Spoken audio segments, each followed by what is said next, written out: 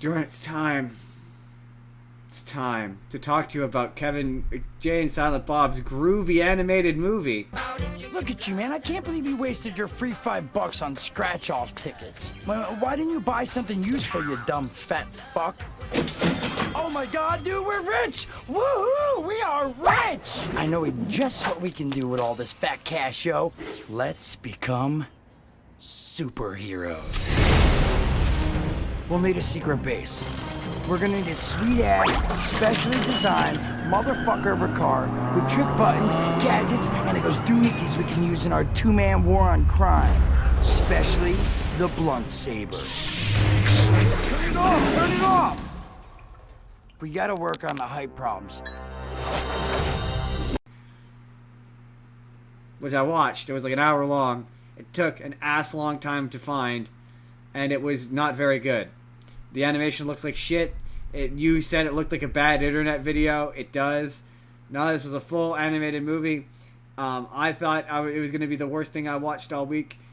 Until about the second half. So the plot of it, just very briefly, is... in that universe, Jordan, how Jay and Silent Bob are the superheroes Bluntman and Chronic? Yep. This is how they became Bluntman and Chronic. This is a Bluntman and Chronic story. So it's basically how they become those superheroes. They find or they win the lottery and they become millionaires. And they have a butler a British butler played by Neil Gaiman, and they have a series of villains. One of them is called Dickhead, and he's literally he's got a head dick for a head. Constantly shoots out, the stuff when he gets mad. There's Cockknocker from the Jay and Silent Bob Strike Back, the character who was played by Mark Hamill. There's a guy who he's got like a computer in his chest, and this movie's from that time where Kevin Smith was really insecure about critics and internet people, so he just writes bad comments. And I can't remember if there's one more.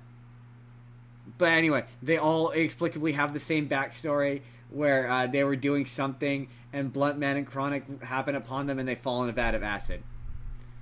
Every single one of them. Okay, that's one way to handle things. There's a number of jokes that made me laugh. Like, there's a really funny, if you're a fan of voice acting, there's a really funny joke. There's a couple of really eye-rolly ones where it's because, again, it's mid sort of 2010s Kevin Smith. He's really insecure, so he breaks the fourth wall a ton, where he jumps in and he's like, "Oh, hey man, Kevin Smith here. I'm here to tell you that I don't hate lesbians, but the character does. He's a piece of shit, not me. Not me, Kevin Smith, it's the character." And then there's a point later on in the movie where he pops in and he's like, "Yeah, I know you all are expecting this character to be played by Mark Hamill because he played him in the movie, man. But life is full of disappointments, and because this is a Kevin Smith movie, it's ultimately going to be disappointing. So instead of getting Mark Hamill, we got voice actor Tara Strong to play Cockknocker. And so Cockknocker is now played by Tara Strong, and the character just sounds like Bubbles from the Powerpuff Girls. And it is legitimately funny. He has this running gag where he says everything in alliteration, and like, I laughed. Like, I would say, early on I was like, I would say this is his most embarrassing movie, except for Yoga Hosers exists. And I was like, it's alright. I don't have a ton of feeling for this. I'm just one film closer to completing his filmography. I've got one movie left. So then I was like, well, okay, this was an hour. I don't have much to say. Let's just...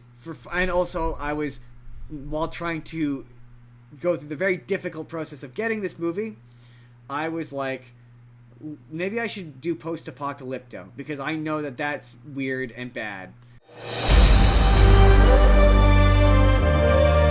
We will find a way. With our wits. Our friendship. And our rock.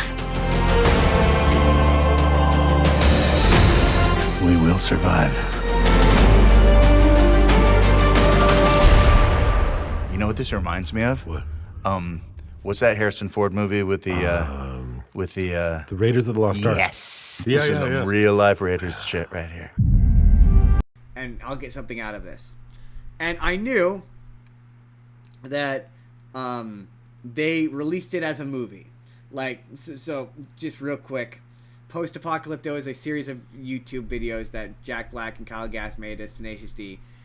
They released it as a movie. And it is, no exaggeration, one of the worst things I've ever seen. So fake out that's what this bit is about. It's about Post-Apocalypto. It's not about Kevin Smith. I just said the nice things about Kevin Smith to prepare you for all the crap I'm going to talk about this movie, because it is literally one of the worst things I've ever seen. It is not only one of the worst animated movies I've ever seen, it is one of the worst movies I've ever seen. It is an embarrassment to not only animated movies, it is an embarrassment to Jack Black personally, to Kyle Gass personally, to Tenacious D as a band, as a brand, to filmmaking in as a whole. So, real quick, from what you described to me, it cannot be constituted as a movie because it does not have any movement. They're just still frames, so it's not a movie. Well, it's a movie. I know. I would say no, it's not a movie. A movie, literally, from like back in the day, movie.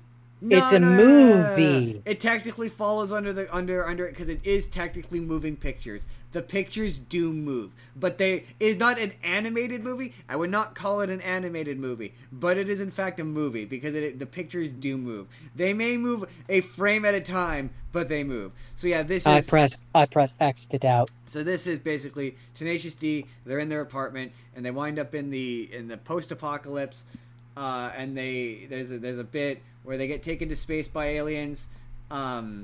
They sleep with a bunch of Amazonian lesbian women, who one of them gets pregnant, and Jack Black's son from the future sends a Terminator robot back from the future so that they can stop Donald Trump Jr. from taking over the world, who is now an immortal evil being. And, God. A big twist, it turns out at the end that Jack Black's son is actually evil, and that he wants to use it to take over the universe, not just Earth, but the entire universe. He wants to use this magic gem to take over the universe, and this causes Jack Black's son is evil? He's evil. Big twist. Turns out he's evil. Well, they say Jables. That's JB's son. JB's son is evil, turns out. Big twist. That's got to be a whole amount of therapy for his son. And so having his father and his father's friend labeled him as evil. Well, no, because the big twist basically. I'm talking in real life. Yeah. And so then they create a time warp, and the thing ends with they go back to the future, and it starts all over again, or back to the past. And it's awful. It's truly like I say, it's badly animated. So much of it is just porn. Like a great deal of it it's just porn. Like there's multiple scenes. Like the scene I mentioned earlier. I skipped past all the gnarly shit. But the scene I mentioned earlier where they're with the Amazonians, it's a really long and exceptionally not very good song of Jack Black describing them having sex and how he doesn't want to have sex unless he's in love with them. And they show it. They show the whole thing. They show everything going in everything.